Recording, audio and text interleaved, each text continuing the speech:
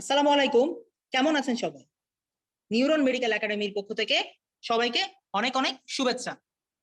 আজকে হচ্ছে আমরা আমাদের আজকের যে টপিকস, আমরা জিআইটির উপরে একটা ডেমো ক্লাস নিব। আমাদের যেই ডেভিডসন রিভিউ ব্যাচ আছে এবং আমাদের এফসিপিএস পার্ট 1 মেডিসিনের জন্য যে এসবিএ ব্যাচ আছে এবং এক্সাম ব্যাচ আছে, সেটার জন্য আজকে আমরা একটা ডেমো ক্লাস নিব। এবং এই ডেমো ক্লাসের টপিকস হচ্ছে disease of the oesophagus and inflammatory bowel disease. আমি ডাক্তার মিনহাজ, আমি এমডি রেসিডেন্ট ফেইজে এন্ডোক্রাইনোলজি অ্যান্ড মেটাবলিজম। আচ্ছা, এখন হচ্ছে আমরা ডিজিজটা শুরু করে দিচ্ছি। দেখেন, আমরা যদি ইউসোফেগাসের ডিজিজগুলো প্রথমে বলি, ইউসোফেগাসের ডিজিজগুলো নিয়ে বলার আগে সর্বপ্রথমে যে ডিজিজটা মাথায় আসবে সেটা হচ্ছে গ্যাস্ট্রো ইসোফেজিয়াল রিফ্লাক্স ডিজিজ। এখানে যেটা হয়, এখানে স্টোমাকের কন্টেন্টটা ইউসোফেগাসে রিফ্লাক্স করে। তার মানে হচ্ছে স্টোমাকের কন্টেন্টটা ইউসোফেগাসে বেশি সময় ধরে এক্সপোজড হয়। এবং এটার কারণ হচ্ছে কি, যে লোয়ার, এটার অনেক রকম কারণ আছে। এটা যদি আমরা কারণগুলো দেখি, সেটা হলো, দেখেন যে এখানে আপনাকে দেখেন যে অবিসিটি এক নাম্বার কজ। যদি বলে অবিসিটি, পেশেন্টটা অনেক মোটা, মোটা হওয়ার কারণে তার অ্যাবডোমেনের প্রেশারটা বেড়ে গেছে, এজন্য অ্যাবডোমেনের কন্টেন্টটা রিফ্লাক্স করে উপরে চলে আসছে, সেটার কারণে গ্যাস্ট্রোইসোফেজিয়াল রিফ্লাক্স ডিজিজ হতে পারে। আরেকটা জিনিস হচ্ছে লোয়ার ইসোফেজিয়াল স্ফিংটার যেটা আছে, এই লোয়ার ইসোফেজিয়াল স্ফিংটারের টোনটা কমে গেছে। এই লোয়ার ইসোফেজিয়াল স্ফিংটারের টোনটা কমে গেছে, তখন যেটা হবে, এই লোয়ার ইসোফেজিয়াল স্ফিংটারটা কনস্ট্রিক্টেড না থেকে এটা একটু ডায়ালেটেড থাকবে, তখন যেটা হবে যে স্টোমাকের কন্টেন্টটা এখান দিয়ে এক্সপোজড হবে। আরেকটা কজ হচ্ছে হায়াটাস হার্নিয়া। এই হায়াটাস হার্নিয়ার কি? হায়াটাস হার্নিয়া হলো যে স্টোমাকের একটা পোর্শন এই ইউসোফেজিয়াল ওপেনিং দিয়ে আমাদের থোরাসিক ক্যাভিটিতে চলে আসবে, থাকার কথা ছিল অ্যাবডোমেনে, সেটা থোরাসিক ক্যাভিটিতে চলে আসবে। এটা হচ্ছে হায়াটাস হার্নিয়া। এবং এই হায়াটাস হার্নিয়ার কারণেও এই আমাদের গ্যাস্ট্রিক কন্টেন্ট গুলা ইউসোফেগাসের লোয়ার এন্ডে এক্সপোজড হতে পারে। আরেকটা জিনিস দেখেন যে ইনঅ্যাপ্রোপ্রিয়েট রিল্যাক্সেশন, যখন রিল্যাক্স করার কথা ইউসোফেগাসের স্পিংটারটা, সেটা তখন রিল্যাক্স না করে অন্য একটা সময় রিল্যাক্স করতেছে, সেটার কারণেও কিন্তু আপনার এই গ্যাস্ট্রোইসোফেজিয়াল রিফ্লাক্স ডিজিজ হতে পারে। আরেকটা জিনিস দেখেন, ডিলেড গ্যাস্ট্রিক এমটাইম, মানে হলো আপনার স্টোমাকের যে এমটাইম টাইমটা, সেই টাইমটা হচ্ছে অনেক ডিলেড হয়ে গেছে, যে কারণে স্টোমাকের কন্টেন্ট গুলা অনেকক্ষণ ধরে এক জায়গায় জমে থাকতেছে এবং সেগুলা ইউসোফেগাসে গিয়ে চাপ দিচ্ছে। এবং এই চাপ দেওয়ার কারণে কিন্তু দেখা যাচ্ছে যে আপনার পেশেন্টের ইউসোফেগাসের ক্লিয়ারেন্সটা, মানে স্টোমাকের যে ক্লিয়ারেন্সটা, সেটা অ্যাবনর্মাল হওয়ার কারণে এই গ্যাস্ট্রিক অ্যাসিডিক যে কন্টেন্টটা, এই সব কিছু মিলে সে হচ্ছে আমাদের ইউসোফেগাসের লোয়ার এন্ডে অনেক বেশি সময় ধরে এক্সপোজ থাকতেছে। এখন আমরা জানি, দেখেন এখানে ইউসোফেগাসের ইপিথেলিয়াম কি? স্কোয়ামাস ইপিথেলিয়াম। এখন অনেক দিন ধরে যখন এই লোয়ার এন্ডে গ্যাস্ট্রিক কন্টেন্টটা এক্সপোজ থাকে, তখন এই স্কোয়ামাস ইপিথেলিয়ামটা এটার সাথে অ্যাডজাস্ট করার জন্য সেটা মেটাপ্লাসিয়া হয়ে যায়। মেটাপ্লাসিয়া হয়ে সেটা কলামনার ইপিথেলিয়াম হয়ে যায়। সেটা কিরকম ইপিথেলিয়াম হয়ে যায়? কলামনার ইপিথেলিয়াম। এবং এই কলামনার ইপিথেলিয়াম হওয়ার কারণে সেখানে সেই কন্ডিশনটাকে আমরা বলি, স্টোমাকের লোয়ার ইনটা যখন কলামনার ইপিথেলিয়াম, ইসোফেগাসের লোয়ার ইনটা যখন কলামনার ইপিথেলিয়াম হয়ে যায়, সেটাকে আমরা বলি ব্যারেটস ইসোফেগাস। তাহলে গ্যাস্ট্রো ইউসোফেজিয়াল রিফ্লাক্স ডিজিজের একটা কমপ্লিকেশন হচ্ছে ব্যারেটস ইসোফেগাস। আচ্ছা, এবার তাহলে দেখেন এই ব্যারেটস ইসোফেগাস থেকে কি হতে পারে? এই ব্যারেটস ইসোফেগাস থেকে হতে পারে adenocarcinoma, adenocarcinoma of the oesophagus. তাহলে অ্যাডিনোকার্সিনোমাটা কোথায় বেশি? অ্যাডিনোকার্সিনোমার মেইন কজ কি? অন্যতম একটা প্রধান কজ কি? Gastroesophageal reflux disease. Gastroesophageal reflux ডিজিজের কারণে কি হয়? ব্যারেটস ইসোফেগাস হয়, মানে স্কোয়ামাস ইপিথেলিয়ামটা কলামনার ইপিথেলিয়াম দিয়ে রিপ্লেস হয়ে যায়। এবং এই ব্যারেটস ইসোফেগাস থেকে কি ডেভেলপ করে? Adenocarcinoma of the oesophagus. তাহলে অ্যাডিনোকার্সিনোমা অফ দ্য ইসোফেগাস কোন ইন্ডে বেশি common? Adenocarcinoma of the oesophagus হচ্ছে লোয়ার এন্ড অফ দ্য ইসোফেগাসে সবচেয়ে বেশি কমন। ঠিক আছে? আচ্ছা, এবার দেখেন জার্ডের পেশেন্ট আপনার কাছে কি নিয়ে আসবে ফিচার। আমরা এবার এসবিএ কিভাবে আসতে পারে আমরা একটু দেখি। আপনার কাছে একটা সিনারিও আসবে যে একটা পেশেন্ট আপনার কাছে হার্টবার্ন, রিগার্জিটেশন, এবং বলবে যে এটা হচ্ছে বেন্ডিং অথবা লাইং ডাউন করার পরে এটা আরো বেশি বেড়ে যায়। আপনি যখন বেন্ডিং করবেন অথবা শুয়ে যাবেন, তখন এই রিগার্জিটেশনটা আরো বেশি হবে। এবং ওই পেশেন্টের আরেকটা জিনিস থাকবে যে অবিসিটি, যে পেশেন্ট অনেক মোটা থাকবে। আরেকটা জিনিস দেখেন ওয়াটার ব্রাশ। ওয়াটার ব্রাশ জিনিসটা কি? ওয়াটার ব্রাশ হলো পেশেন্টের যখন এক্সেস পরিমাণে অ্যাসিড এক্সপোজার হবে তখন যেটা হবে যে পেশেন্টের রিফ্লেক্স স্যালিভেশন। যখন এই অ্যাসিডটা বেশি পরিমাণে এক্সপোজার হবে তখন এই পেশেন্টের রিফ্লেক্স একটা স্যালিভেশন হবে। মানে এই অ্যাসিড গুলা তো অনেক অ্যাসিডিক, তাই না? স্টোমাকের পিএইচ তো অনেক অ্যাসিডিক। এখন এই আর ইউসোফেগাস সাধারণত এত অ্যাসিডিক কন্টেন্ট এক্সপোজ থাকে না। তখন ইউসোফেগাস কি করবে? এই অ্যাসিডিক কন্টেন্টটাকে নিউট্রাল করার চেষ্টা করবে আমাদের বডি। সেজন্য বডি কি করবে? স্যালিভেশন করবে, রিফ্লেক্স স্যালিভেশন। এই রিফ্লেক্স স্যালিভেশনকে আমরা বলি হচ্ছে ওয়াটার ব্রাশ। ওয়াটার ব্রাশ, এটাকে আমরা কি বলি? ওয়াটার ব্রাশ বলি। আর ওই পেশেন্টের আরো কি জিনিস থাকতে পারে? ওই পেশেন্টের হচ্ছে অডাইনোফেজিয়া থাকবে, কারণ তার ইউসোফেগাসে একটা মেটাপ্লাসিয়া হচ্ছে, এজন্য ইউসোফেগাসটা পেইনফুল থাকবে, বা ইনফেকশন, ইউসোফেগাসে ইনফেকশন হইতে পারে, সেজন্য ওখানে পেইনফুল সোয়ালোইং, যেটাকে আমরা বলি অডাইনোফেজিয়া, এবং ডিফিকাল্টি ইন সোয়ালোইং, যেটাকে আমরা বলি ডিসফেজিয়া। এখানে ইউসোফেজিয়াল ডিসফেজিয়া থাকতে পারে। এবং এখানে P16 জিনের সাপ্রেশন। তাহলে আপনার পেশেন্ট সিনারিও নিয়ে আসবে heartburn, regurgitation provoke by bending and lying down. সাথে হচ্ছে আপনার পেশেন্টে থাকবে অবিসিটি, ওয়াটার ব্রাশ, ঠিক আছে, এবং অডাইনোফেজিয়া এবং ডিসফেজিয়া। অডাইনোফেজিয়া মানে কি? পেইনফুল ইউসোফেজিয়াল, মানে আপনি যখন সোয়ালোইং করবেন সেটা পেইনফুল হবে, এটাকে বলে অডাইনোফেজিয়া। আর হচ্ছে ডিসফেজিয়া থাকবে। ডিসফেজিয়া মানে কি? ডিসফেজিয়া মানে হলো ডিফিকাল্টি ইন সোয়ালোইং, এবং ওখানে P16 জিনটা সাপ্রেসড হয়ে যাবে। P16 জিনটা সাপ্রেসড হয়ে যাবে, P16 জিনটা সাপ্রেসড হয়ে যাবে, সেজন্য কি হবে? সেখানে গ্যাস্ট্রোইসোফেজিয়াল রিফ্লাক্স ডিজিজ হবে, ঠিক আছে? আচ্ছা, এখন আপনাকে যদি বলা হয় আপনি গ্যাস্ট্রোইসোফেজিয়াল রিফ্লাক্স ডিজিজ কিভাবে ডায়াগনোসিস করবেন? আপনি ডায়াগনোসিস করবেন 24 আওয়ার পিএইচ মনিটরিং এর মাধ্যমে। আপনি গ্যাস্ট্রোইসোফেজিয়াল রিফ্লাক্স ডিজিজ ডায়াগনোসিস করবেন, কনফার্ম করবেন 24 আওয়ার পিএইচ মনিটরিং। আর আপনাকে যদি বলে এই জার্ডের পেশেন্টে আপনি ইনিশিয়াল ইনভেস্টিগেশন কি করবেন? আপনি যেহেতু এখানে ডিসফেজিয়া থাকে, আপনি ইনিশিয়ালি তাকে একটা এন্ডোস্কোপি করবেন। জার্ডের পেশেন্টে একটা এন্ডোস্কোপি করবেন। আর জার্ডের পেশেন্টদেরকে আপনি স্ক্রিনিং কিভাবে করবেন? যে তার এখানে মেটাপ্লাসিয়া হচ্ছে কিনা, বা হচ্ছে তার যে এখানে ম্যালিগন্যান্সি ডেভেলপ করার কোনো চান্স আছে কিনা, বা ব্যারেটস ইসোফেগাস ডেভেলপ করছে কিনা, সেই স্ক্রিনিং এর জন্য আপনি করবেন হচ্ছে এন্ডোস্কোপি করবেন। আর এইটা কনফার্ম করার জন্য আপনি 24 আওয়ার পিএইচ মনিটরিং করবেন। আচ্ছা, এখন আমরা চলে যাই অ্যাকালেসিয়া অফ দ্য ইসোফেগাস। এই অ্যাকালেসিয়া অফ দ্য ইসোফেগাসে চলে যাই। অ্যাকালেসিয়া অফ দ্য ইসোফেগাসে যেটা হয় যে ইসোফেগাসের স্পিংটারে সমস্যা হয়।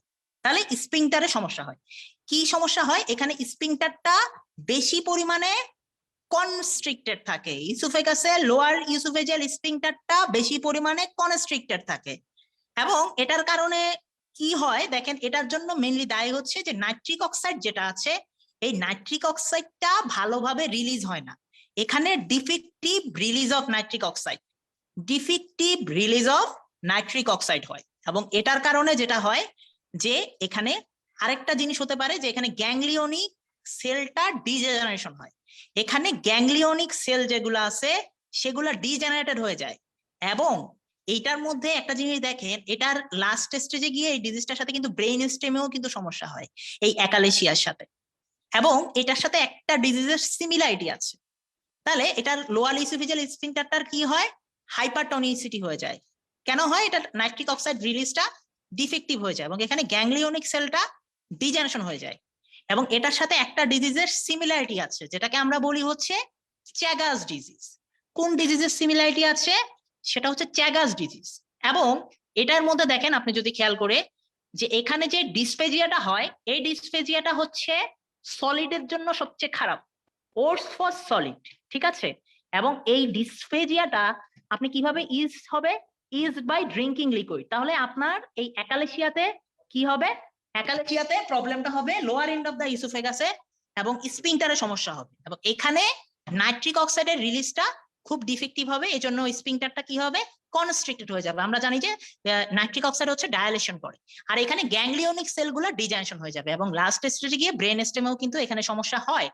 এবং এটার সাথে একটা ডিজিজের একটা কন্ডিশনের মিল আছে যেটাকে বলে চ্যাগাস ডিজিজ। এবং এখানে যে ডিসফেজিয়াটা হবে, এটার ডিসফেজিয়াটা হবে ওটস ফর সলিড, এবং এই ডিসফেজিয়াটা আপনি কিভাবে ইউজ করবেন? লিকুইড খাওয়ার মাধ্যমে। আপনার এই ডিসফেজিয়াটা ঠিক হবে কিভাবে? আপনি যখন লিকুইড খাবেন, লিকুইড খেলে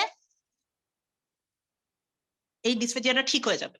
এবং এখানে ইপিসোডিক চেস্ট পেইন থাকবে, অ্যাকালেশিয়াতে ইপিসোডিক চেস্ট পেইন থাকবে, ঠিক আছে? অ্যাকালেশিয়ার পেশেন্টের ইপিসোডিক চেস্ট পেইন থাকবে।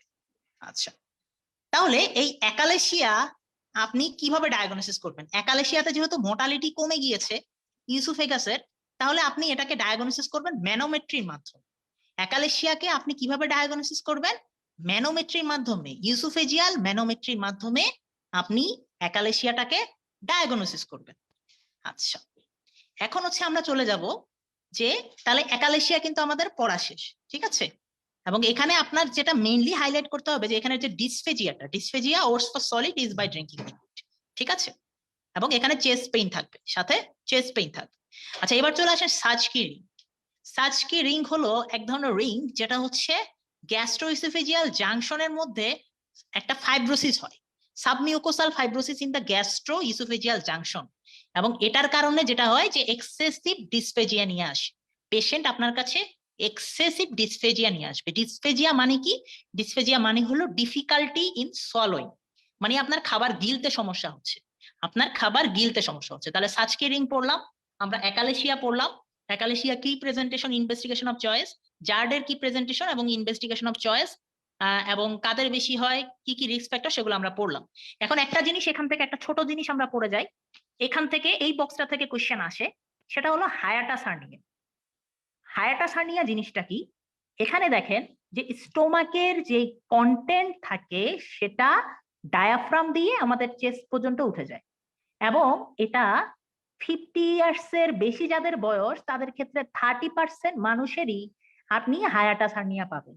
এই হায়াটাস হার্নিয়া অধিকাংশ ক্ষেত্রে অ্যাসিম্পটোমেটিক, এবং এখানে হার্টবার্ন এন্ড রিগার্জিটেশন হয়, এখানে হার্টবার্ন এবং রিগার্জিটেশন হয়, ঠিক আছে? এবং গ্যাস্ট্রিক ভলভুলাস কিন্তু লার্জ হার্নিয়াকে কমপ্লিকেট করতে পারে, ঠিক আছে? তাহলে গ্যাস্ট্রিক ভলভুলাস হচ্ছে কি করতে পারে, যেগুলো লার্জ হার্নিয়া সেটাকে কমপ্লিকেট করতে পারে। আচ্ছা, আচ্ছা, এবার হচ্ছে আমরা চলে যাব কার্সিনোম অফ দ্য ইউসোফেগাস। কার্সিনোম অফ দ্য ইউসোফেগাসে যদি আপনি খেয়াল করে দেখেন, স্কোয়ামাস সেল কার্সিনোমা, এই স্কোয়ামাস সেল কার্সিনোমা যে কোনো জায়গা থেকে অ্যারাইজ করতে পারে। আর ব্যারেটস ইসোফেগাস যেটা, এই ব্যারেটস ইসোফেগাসটা অ্যারাইজ করে কার্ডিয়া থেকে, ঠিক আছে? আচ্ছা, তাহলে আপনি দেখেন যে স্কোয়ামাস সেল কার্সিনোমা হচ্ছে যে কোনো জায়গা থেকে অ্যারাইজ করতে পারে।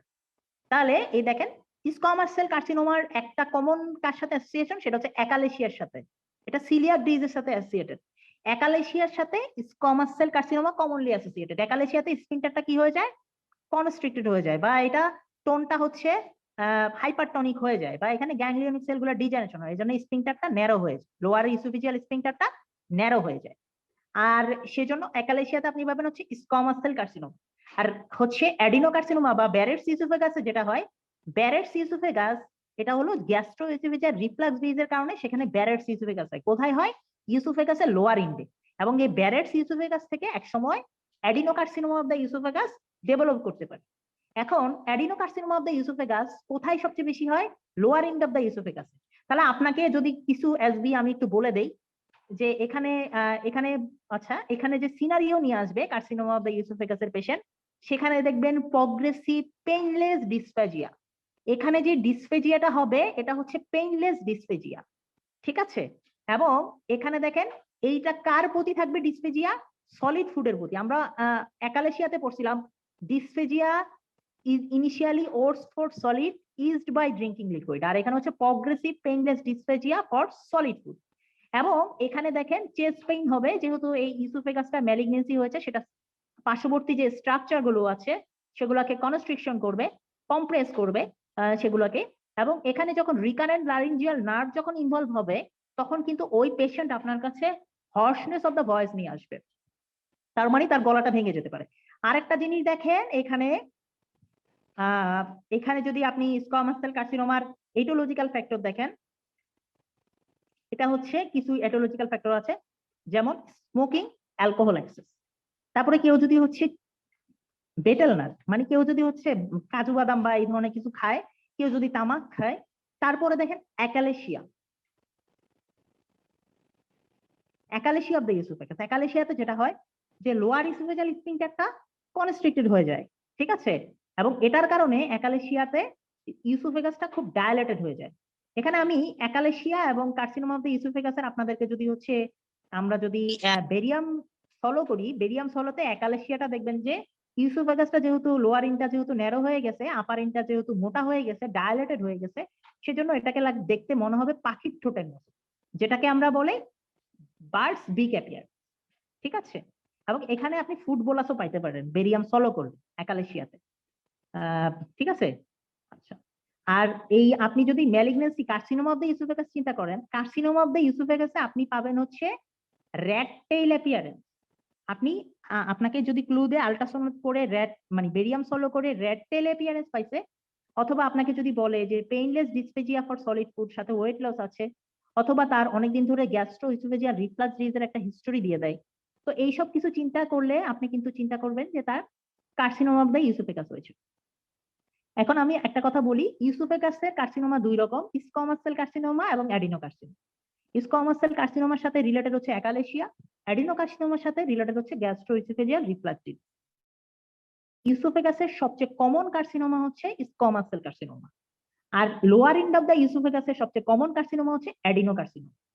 আবার আপনাকে যদি বলা হয় অ্যাডিনোকার্সিনোমা কোন ডিজিজের সাথে সবচেয়ে বেশি অ্যাসোসিয়েটেড, সেটা হচ্ছে গ্যাস্ট্রো ইসোফেজিয়াল রিফ্লাক্স ডিজিজের সাথে সবচেয়ে বেশি অ্যাসোসিয়েটেড।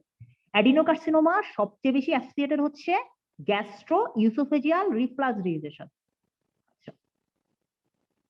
তাহলে এটা আমরা পড়ে ফেললাম। এখন দেখেন আপনি যে কোনো কার্সিনোমা ডায়াগনোসিস করার জন্য আমি বললাম যে দুইটাতে বেরিয়াম ইয়াতে কি পাবেন, আপনি যদি ইউসোফেজিয়াল অ্যাকালেশিয়া যদি চিন্তা করেন তাহলে পাবেন বার্ড বিগ অ্যাপিয়ারেন্স, আর যদি আপনি কার্সিনোমা চিন্তা করেন তাহলে পাবেন র্যাট টেইল অ্যাপিয়ারেন্স, এবং এখানে ফিলিং ডিফেক্ট থাকবে, ঠিক আছে, শোল্ডারিং ডিফেক্ট থাকবে। কোথায়? Carcinoma oesophagus. এখন চলে আসেন যে আপনাকে যদি বলা হয় স্কোয়ামাস সেল কার্সিনোমার প্যাথোলজিক্যাল ফ্যাক্টর কি, দেখেন এখানে smoking, alcohol, chewing betel nuts অথবা tobacco, achalasia of the oesophagus, সিলিয়ার disease, post cricoid web, post caustic stricture এবং টাইলোসিস। টাইলোসিস জিনিসটা কি? Familial hyperkeratosis of the palm and sole. তাহলে পাম এন্ড সোলে যখন হাইপারকেরাটোসিস হয় সেটা হচ্ছে টাইলোসিস। তাহলে স্মোকিং, অ্যালকোহল এক্সেস, তারপরে হচ্ছে কেউ যদি বেটেল নাট খায় চাবায়, তারপর হচ্ছে দেখেন কারো অ্যাকালেশিয়া অফ দ্য ইসোফেগাস যদি থাকে, সিলিয়াক ডিজিজের সাথে স্কোয়ামাস সেল কার্সিনোমা খুব ভালোভাবে অ্যাসোসিয়েটেড, এবং post cricoid web, post caustic stricture, tylosis. Tylosis হচ্ছে কি? টাইলোসিস থেকে কিন্তু একটা এসবি আসতে পারে। এটা হচ্ছে কি, দেখেন আপনি একটা পেশেন্টের হাইপার কেরাটোসিস পাইলেন পাম এন্ড সোলে, এবং সাথে তারপরে আপনি হাইপার কেরাটোসিস পাইলেন এবং আপনি দেখলেন যে তার ডিসফেজিয়া, প্রগ্রেসিভ ডিসফেজিয়া আছে, ঠিক আছে, ওটস ফর সলিড, ঠিক আছে। আচ্ছা, তাহলে প্রগ্রেসিভ ডিসফেজিয়া ফর সলিড, ঠিক আছে, এবং এটা পেইনলেস ডিসফেজিয়া আছে, তাহলে আপনি কিন্তু সন্দেহ করবেন যে তার এখানে কোনো ফ্যামিলি হিস্টরি আছে কিনা। যদি দেখেন যে তার পরিবারে অন্য কারো এর আগে কারো এরকম হচ্ছে যে একই সমস্যা হয়েছিল, অথবা ইসোফেগাসে squamous cell carcinoma of the ইসোফেগাসের হিস্টরি পাইছেন, তাহলে আপনি এর ধরে নেবেন যে তার টাইলোসিস, ঠিক আছে। তাহলে টাইলোসিসের আপনি আশা করি খুবই সহজেই পারবেন টাইলোসিস কিভাবে ডায়াগনোসিস করতে হয়। আচ্ছা, তো আমরা এখন কিন্তু মোটামুটি হচ্ছে ইসোফেজিয়াল কার্সিনোমা বা সিএ ইসোফেগাস পর্যন্ত কিন্তু আমাদের পড়া শেষ। এখান থেকে যে কোনো এসবি আসলে আমরা কিন্তু অ্যান্সার করতে পারবো। আর এখান থেকে যেই বক্সগুলো ইম্পর্টেন্ট, যেই বক্সগুলো থেকে কোশ্চেন আসতে পারে, সেই বক্সগুলো কিন্তু আমরা ডিসকাশন করে ফেলেছি।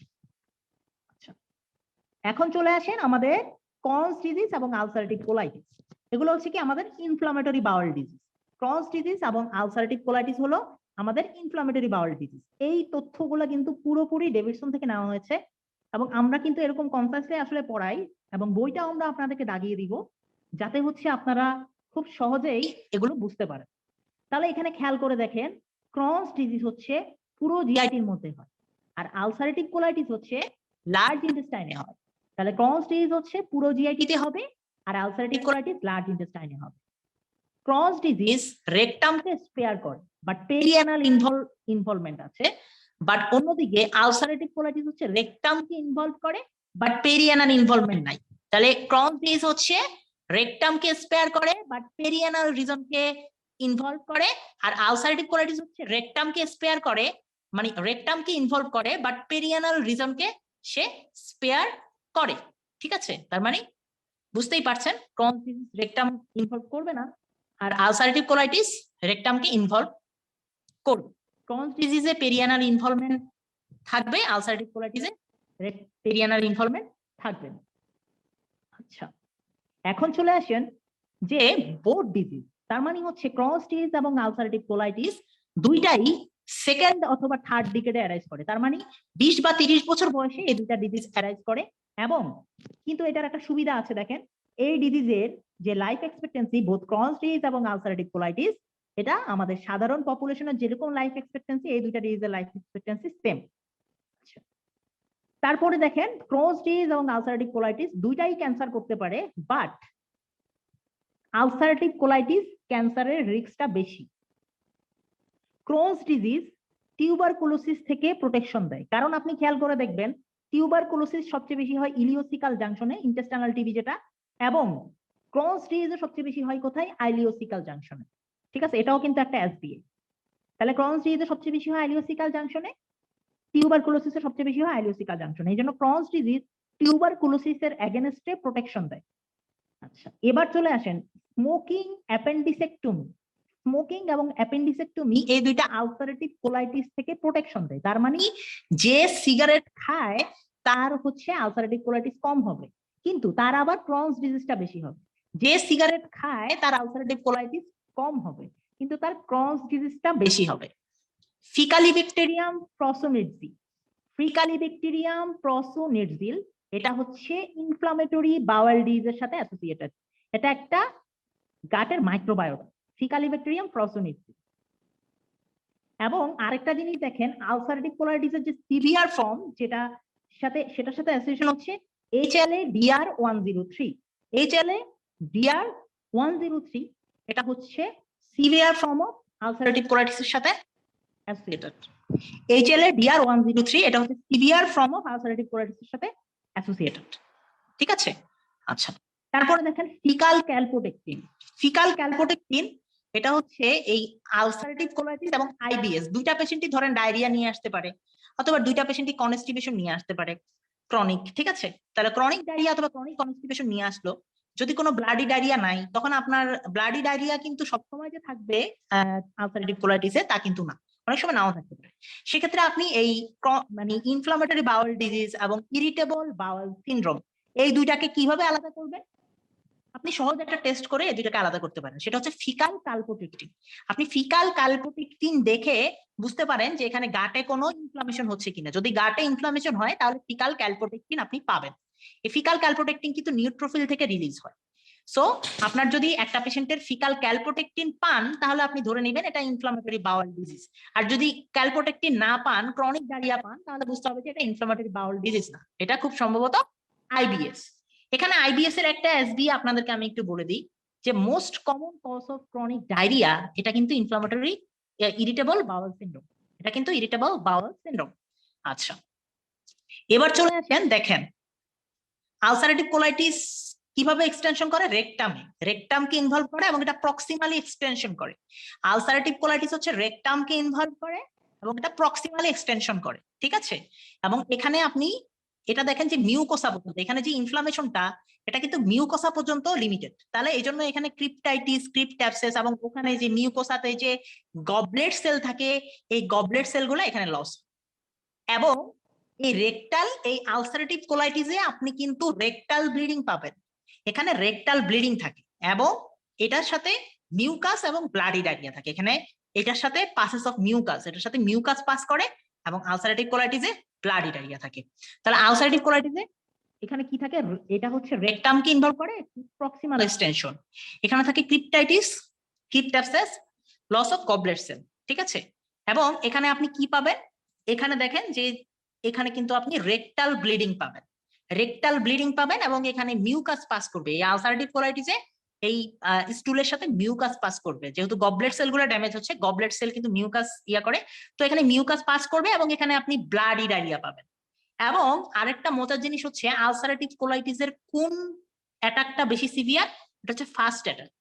ঠিক আছে, আচ্ছা। এবং আরেকটা মজার জিনিস দেখেন, আপনাকে যদি আলসারেটিভ কোলাইটিসের কথা বলে এবং যদি বলে দেয় যে ট্রান্সভার্স কোলনের ডায়ামিটার 6 সেন্টিমিটারের বেশি হয়ে গেছে, আলসারেটিভ কোলাইটিস আপনাকে বলে দিল যে ওই পেশেন্টের আলসারেটিভ কোলাইটিস আছে, এবং আপনাকে এটাও বলে দিল ট্রান্সভার্স কোলনের ডায়ামিটার 6 সেন্টিমিটারের বেশি হয়ে গেছে। ঠিক আছে, তাহলে আপনি কি চিন্তা করবেন, তাহলে আপনি কি অপারেশন করবেন বা কি করবেন, তার নেক্সট প্রসিডিউর কি হবে? তাকে আমরা সার্জারি করব। তাকে আমরা কি করব? সার্জারি করব। আচ্ছা, এবার চলে আসেন, আমরা যদি একটা জিনিস খেয়াল করে দেখি, ক্রনস ডিজিজ। আলসারেটিভ কোলাইটিস আমরা পড়ে ফেললাম, এবার ক্রনস ডিজিজের পেশেন্ট আপনার কাছে কি ফিচার নিয়ে আসবে? ক্রনস ডিজিজের পেশেন্ট আপনার কাছে নিয়ে আসবে abdominal pain, diarrhoea, weight loss, কিন্তু এখানে ব্লাডি ডায়রিয়া কিন্তু লেস কমন। এবং এখানে অনেক সময় আইলিওসিকাল জাংশনে যেহেতু এটা বেশি কমন, সেখানে গ্রোথ হয়ে, সেখানে গ্রানুলোমাটাস ইনফ্লামেশন হয়ে, সেখানে কিন্তু ইন্টেস্টাইনাল অবস্ট্রাকশন হতে পারে।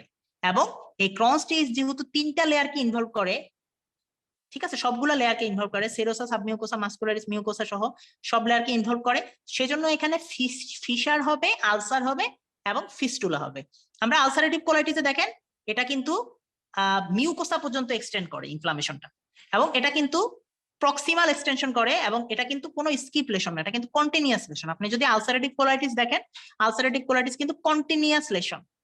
ঠিক আছে, কিন্তু ক্রনস ডিজিজ কিন্তু স্কিপ লেশন, যদিও এটা মাউথ টু অ্যানাস পর্যন্ত হোল জিআইটি কে ইনভলভ করতে পারে, বাট এটা স্কিপ লেশন, এবং এটা 3টা লেয়ারকে ইনভলভ করে। ঠিক আছে, জিআইটির 3টা লেয়ারকে ইনভলভ করতে পারে ক্রনস ডিজিজ। এই ক্রনস ডিজিজের পেশেন্ট আপনার কাছে কি ফিচার নিয়ে আসবে? Abdominal pain, diarrhoea, weight loss এবং ফিশার, আলসার, ফিস্টুলা। কেন ফিশার, আলসার, ফিস্টুলা হয়? কারণ এটা 3টা লেয়ারকে ইনভলভ করে। আর আলসারেটিভ কোলাইটিসে কেন ব্লাডি ডায়রিয়া এবং মিউকাস হয়? কারণ এটা সাবমিউকাসটাকে ইনভলভ করে, সেখানে ইরোশন হয়, গবলেট সেলগুলোর ডিপ্লিটেশন হয়, এবং এখানে গবলেট সেলগুলোর ডিপ্লিটেশন হওয়ার কারণে মিউকাস সিক্রেশন হয় এবং ব্লাডি ডায়রিয়া হয়। এছাড়া আলসারেটিভ কোলাইটিসে ক্রিপ্টাইটিস, ক্রিপ্ট্যাপসিস এগুলোও কিন্তু পাবেন। আচ্ছা, এখন একটা জায়গা থেকে আমাদের এমসিকিউ বা এসবি আসে, সেটা হলো যে আপনি আলসারেটিভ কোলাইটিসে কখন সার্জারি করবেন। সেটা হলো, দেখেন যে অকুপেশন যদি হচ্ছে কমে যায়, এডুকেশন আর অকুপেশন যদি লস হয়, তার ফ্যামিলি লাইফ যদি ডিসরাপশন হয়, সে যদি ওরাল গ্লুকোকর্টিকয়েডের প্রতি ডিপেন্ডেন্ট হয়ে যায়, অথবা যদি ড্রাগ থেরাপির কোনো কমপ্লিকেশন ডেভেলপ করে, অথবা ফালমিনিয়ান কোলাইটিস, অথবা তার এমন ডিজিজ হয়ে গেল যেটা হচ্ছে আমরা ট্রিটমেন্ট দেওয়ার পরেও রেসপন্স করতেছে না, যেমন হচ্ছে আর্থ্রাইটিস, পায়োডার্মা, গ্যাংগ্রিনোসাম, এগুলাতেও কিন্তু আমরা সার্জারি করব। আরেকটা পেশেন্টের কোলন ক্যান্সার আছে অথবা সিভিয়ার ডিসপ্লাসিয়া আছে, সেক্ষেত্রে আমরা সার্জারি করব। এখন চলে আসেন যে আপনার এই যে complication of inflammatory bowel disease যদি আমরা দেখি, এখানে দেখেন acute phase of inflammatory bowel ডিজিজের সময় কি কি হয়। সব অ্যাকিউট ইনফ্লামেশন গুলো, যেমন হচ্ছে conjunctivitis, iritis, episcleritis, mouth ulcer, ঠিক আছে। তারপর এখানে কি হয়? Fatty liver. তারপর হচ্ছে এখানে পোর্টাল পাইএমিয়া, লিভার অ্যাবসেস। তারপর হচ্ছে এখানে মেসেন্টারিক অথবা পোর্টাল ভেন থ্রম্বোসিস। তারপর এখানে ভেনাস থ্রম্বোসিস হতে পারে। তারপর হচ্ছে লার্জ জয়েন্ট আর্টারাইটিস, ঠিক আছে। তারপর হচ্ছে এখানে ইরিদেমা নোডোসাম অথবা পায়োডার্মা গ্যাংগ্রিনোসাম হতে পারে। তাহলে আপনি আবার একটু খেয়াল করে দেখেন, এই যে আপনি যে দেখতেছেন, আপনার হাতের বাম পাশে যেগুলো আছে সেগুলো হচ্ছে active phase of inflammatory bowel ডিজিজের সাথে রিলেটেড। সেখানে কি কি হয়? সেখানে দেখবেন মোটামুটি যেগুলো অ্যাকিউট ইনফ্লামেশন বা অ্যাকিউট টাইপ কন্ডিশন সেগুলো সেখানে বেশি হয়, যেমন হচ্ছে conjunctivitis, iritis, episcleritis, mouth ulcer, fatty liver, portal pyaemia, liver abscess, mesenteric or portal vein thrombosis, venous thrombosis, large joint arthritis, erythema nodosum, pyoderma gangrenosum. এরপরে যদি দেখেন যে unrelated to inflammatory bowel disease activity, unrelated to inflammatory bowel disease activity সেখানের মধ্যে কি কি আছে?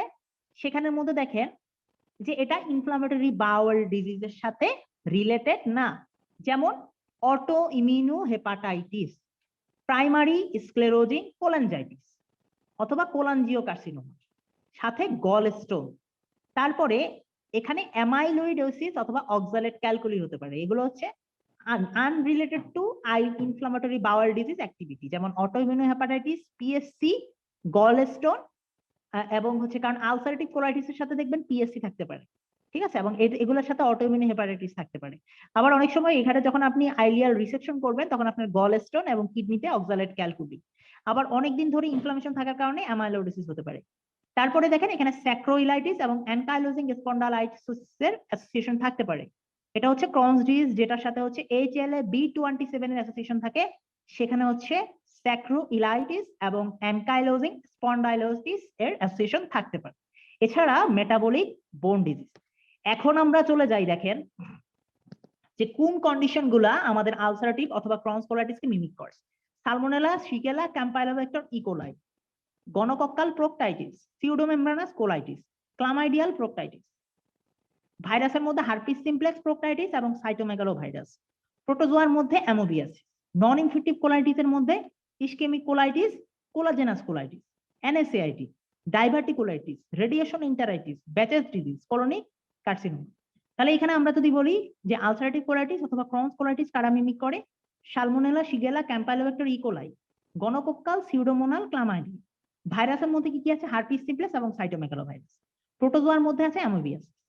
নন infective কোষের মধ্যে ischaemic colitis, collagenous colitis, NSAID, diverticulitis, radiation proctitis, Behcet's disease, colonic carcinoma.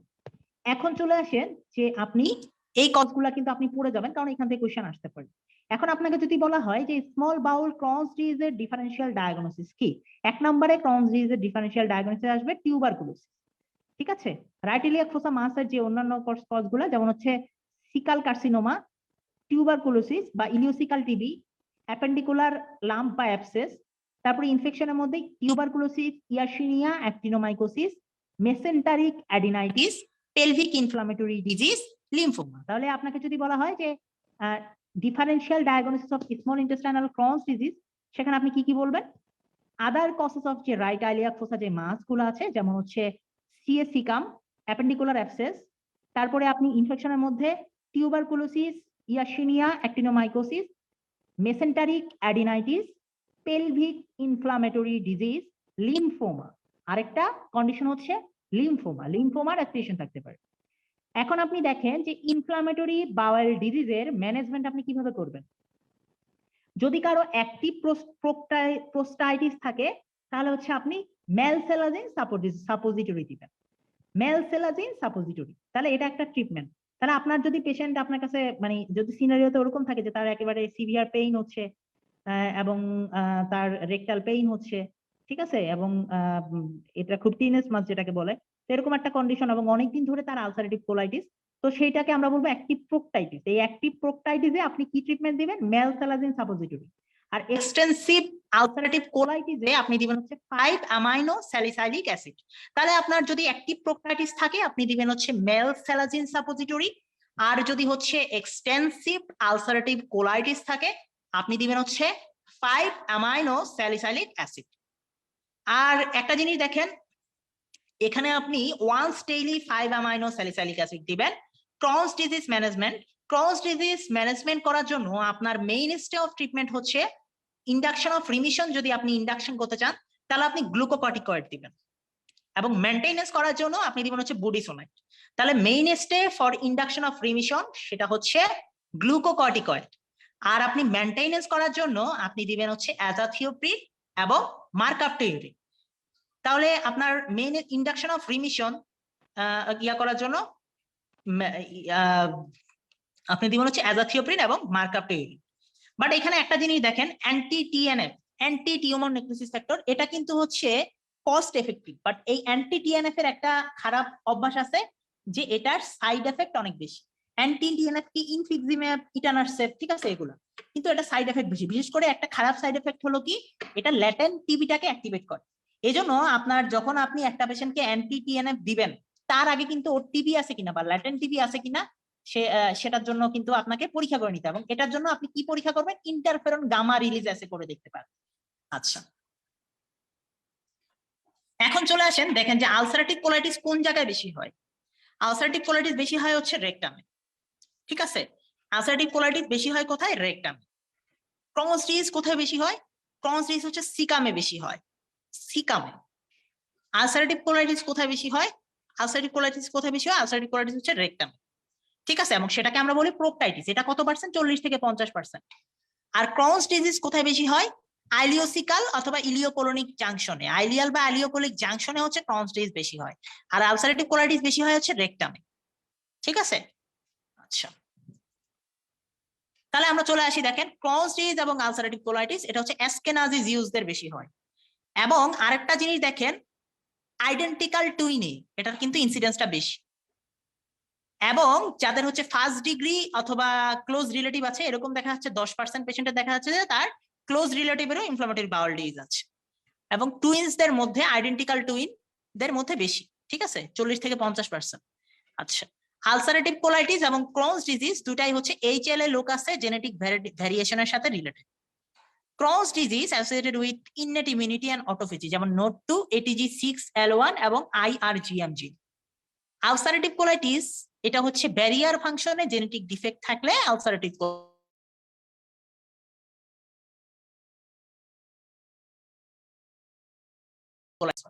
এবং ক্রনস ডিজিজ স্ট্রিকচারিং যে ডিজিজ গুলো থাকে, আইডিয়াল এবং স্ট্রিকচারিং যে ডিজিজ গুলা ক্রনস ডিজিজের ক্ষেত্রে, যেগুলাতে হচ্ছে আইডিয়াল এবং স্ট্রিকচারিং ডিজিজ থাকে, সেগুলোর সাথে হচ্ছে NOD2 associated. NOD2 is associated with ileal and stricturing disease, ঠিক আছে।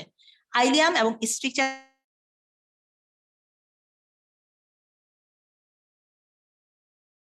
যদি কোনো ডিজিজ থাকে সেটার সাথে হচ্ছে NOD2 অ্যাসোসিয়েটেড।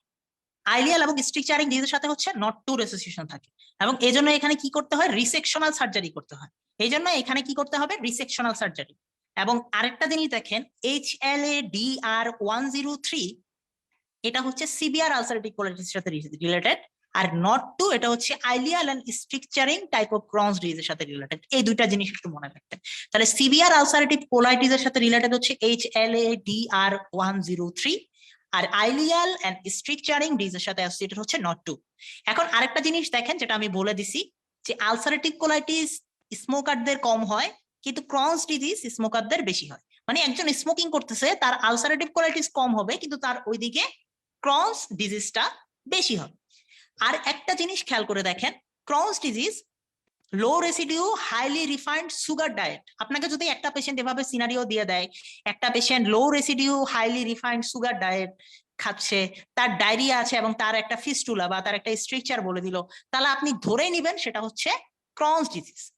একটা জিনিস মনে রাখবেন যে গাট মাইক্রোবায়োটা যেগুলো আছে কমন সেল, সেগুলোর ডিসবায়োসিসের কারণে ক্রনস ডিজিজ এবং আলসারেটিভ কোলাইটিস দুইটাই হতে পারে। আর অ্যাপেন্ডিসেক্টমি করলে ওইটা আলসারেটিভ কোলাইটিসের এগেনস্টে প্রোটেকশন দেয়, এটা মনে রাখবেন। আচ্ছা, আমরা অনেক কিছু পড়ে ফেললাম। এখন দেখেন এই যে পার্থক্যটা, আলসারেটিভ কোলাইটিস যে কোনো এজে হইতে পারে, ক্রনস ডিজিজও যে কোনো এজে হইতে পারে। আলসারেটিভ কোলাইটিস হচ্ছে মেল আর ফিমেল সমানে হয়, কিন্তু ক্রনস ডিজিজটা ফিমেলে বেশি হয়। আলসারেটিভ কোলাইটিস এখনো স্টেবল আছে, কিন্তু ক্রনস ডিজিজটা আস্তে আস্তে বাড়তেছে। ক্রনস ডিজিজ হচ্ছে অ্যাশকেনাজি জিউসদের ক্ষেত্রে বেশি কমন, আলসারেটিভ কোলাইটিস যে কোনো কারো ক্ষেত্রে কমন।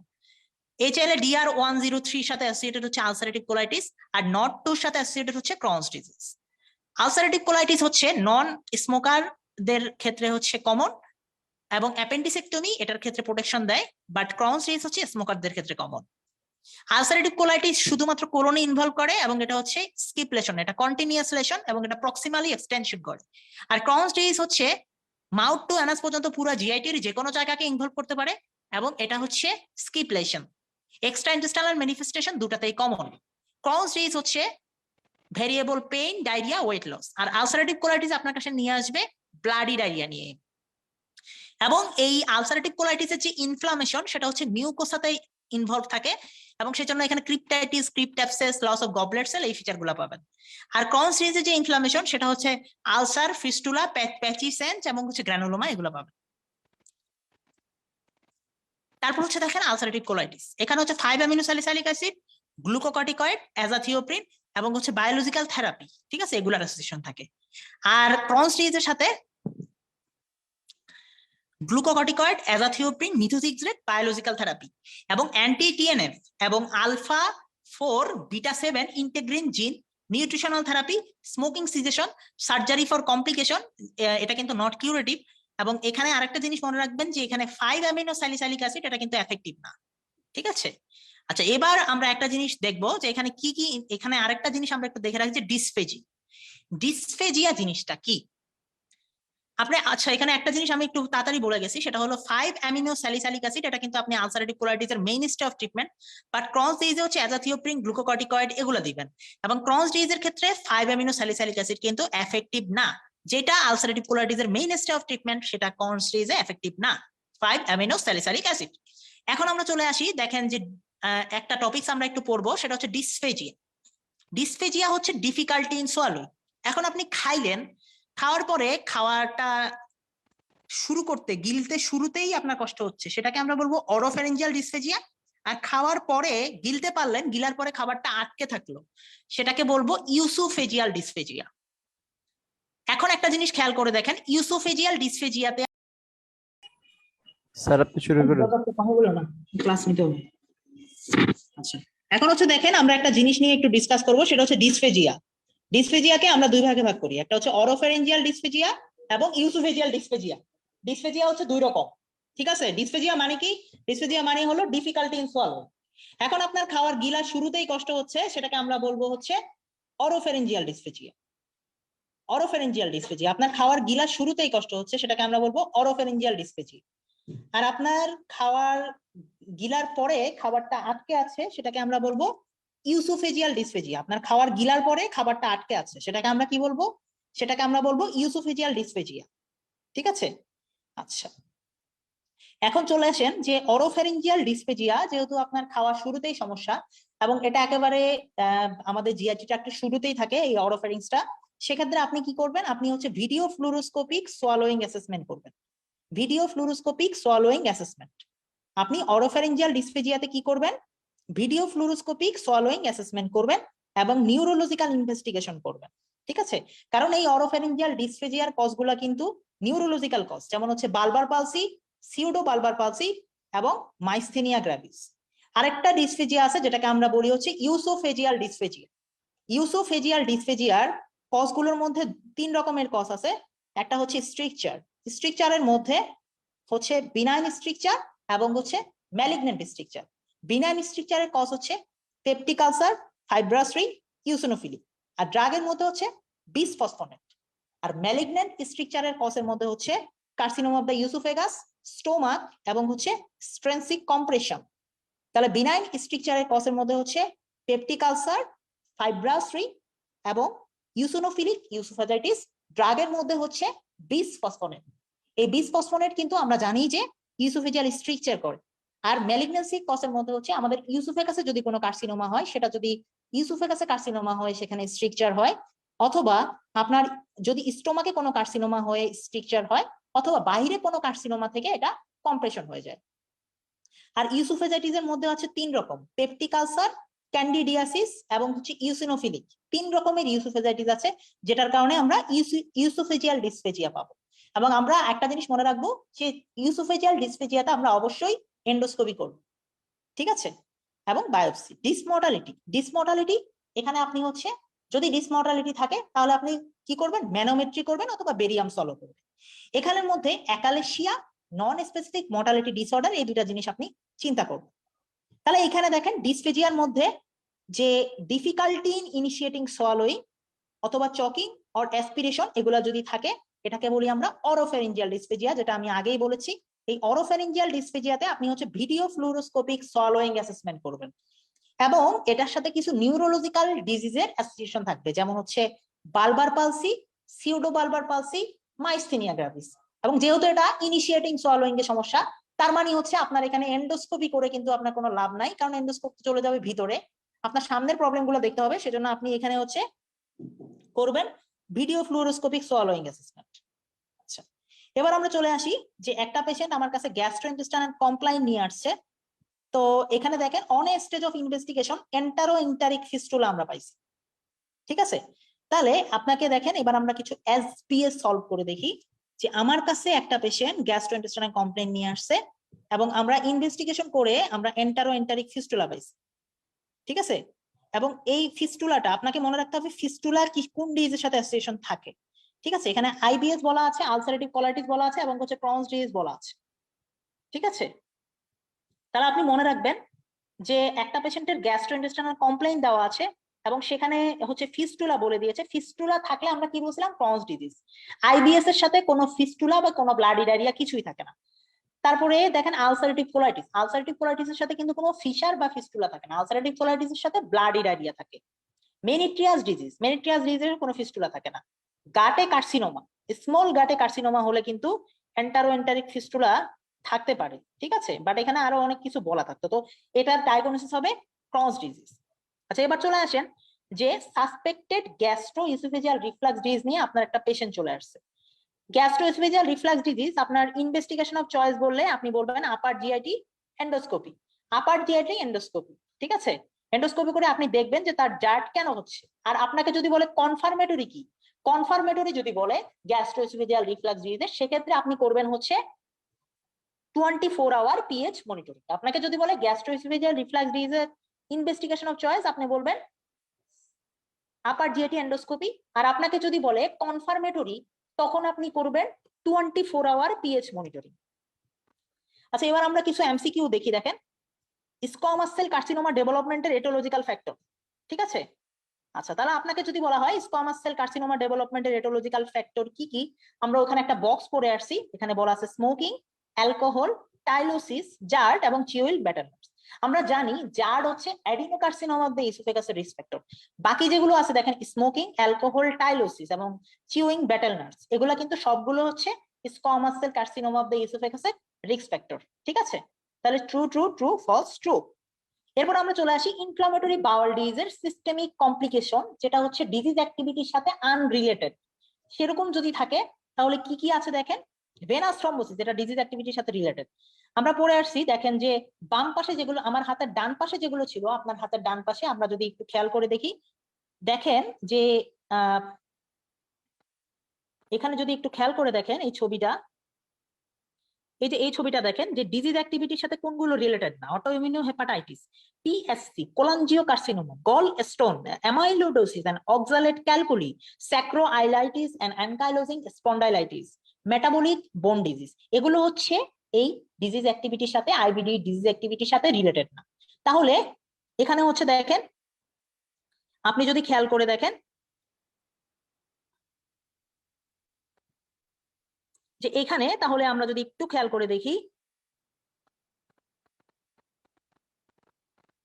দেখেন এখানে তাহলে ভেনাস থ্রম্বোসিস কিন্তু ডিজিজ অ্যাক্টিভিটির সাথে রিলেটেড, স্যাক্রোআইলাইটিস এবং গল স্টোন এটা রিলেটেড না, ফ্যাটি লিভার, ইরিদিমা নোডোসাম এগুলো ডিজিজ অ্যাক্টিভিটির সাথে রিলেটেড। আর এখানে যদি আপনি হচ্ছে জাস্ট যদি এটা দেখেন, অরোফ্যারিঞ্জিয়াল ডিসফেজিয়াতে আপনি হচ্ছে ভিডিও ফ্লুরোস্কোপিক সোয়ালোইং অ্যাসেসমেন্ট করবেন, আর ইসোফেজিয়াল ডিসফেজিয়াতে আপনি হচ্ছে এন্ডোস্কোপি এন্ড বায়োপসি করবেন। গ্যাস্ট্রোইসোফেজিয়াল রিফ্লাক্স ডিজিজে আপনি হচ্ছে ইনভেস্টিগেশন অফ চয়েস হচ্ছে এন্ডোস্কোপি, আর 24 আওয়ার পিএইচ মনিটরিং এটা হচ্ছে diagnostic or and if intervention is under consideration. Achalasia of the oesophagus আপনি কিভাবে কনফার্ম করবেন, ম্যানোমেট্রির মাধ্যমে। আর যদি আপনার কার্সিনোমা অফ দ্য ইসোফেগাস হয়, সেটাকে আপনি কিভাবে কনফার্ম করবেন বা ইনভেস্টিগেশন অফ চয়েস কি, আপার জিএটি এন্ডোস্কোপি উইথ বায়োপসি। ঠিক আছে, তাহলে এতটুকুই ছিল আমাদের আজকের পড়া। তো আশা করি সবাই দেখতে পেরেছেন। তো সবাইকে অনেক অনেক ধন্যবাদ। নিউরন মেডিকেল একাডেমির পক্ষ থেকে সবাইকে অনেক অনেক শুভেচ্ছা। আশা করি সবাই ভালো থাকবেন।